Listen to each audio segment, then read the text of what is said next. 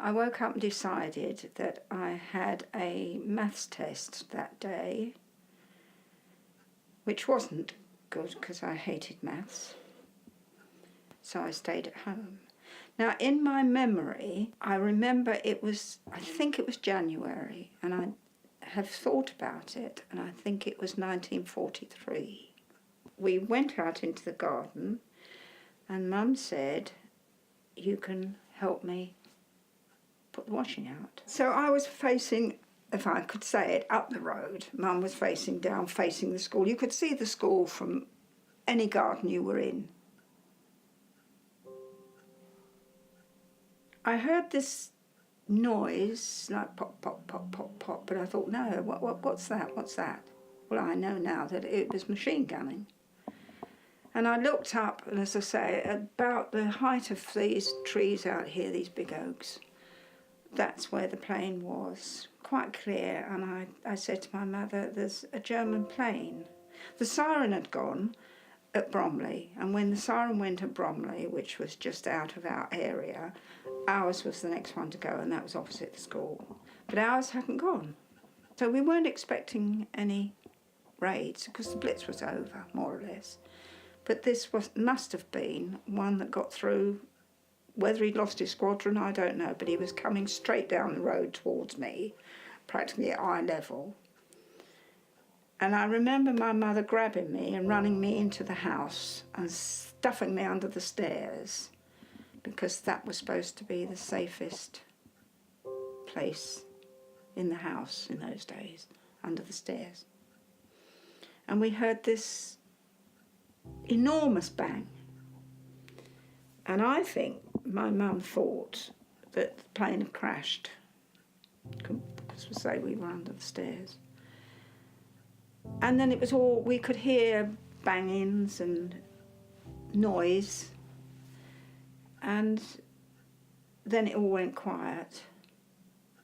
So out we went in the garden again to finish hanging the washing up. It was a raid that had gone, plane had gone, obviously.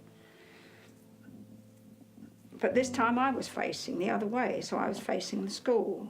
And all I could see was girders. A third of the school had gone. He'd hit the school. Bomb had hit the school and blown it apart. There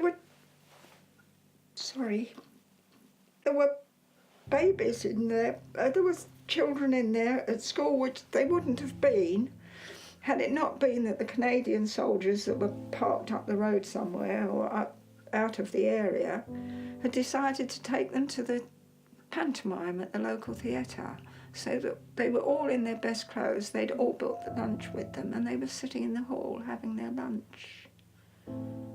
And the siren hadn't gone, so the school came down on top of them. And all we could see was these girders sticking out, and smoke, and a huge hill higher than these houses of masonry where it had all collapsed, and they were all inside this huge great heap. And I remember saying to my mum, the school's gone. And we all rushed out the front, and it was silence.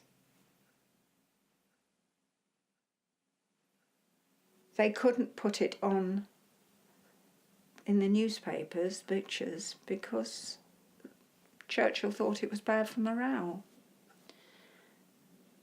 But when you think about a young man who couldn't have been more than 21, 22, deliberately shooting children in a playground, it's just beyond a joke.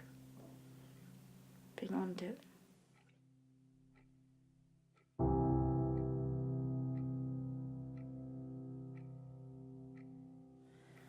You know, 7, 6, 15, 14.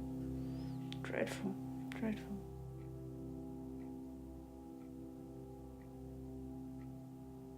It was a terrible day.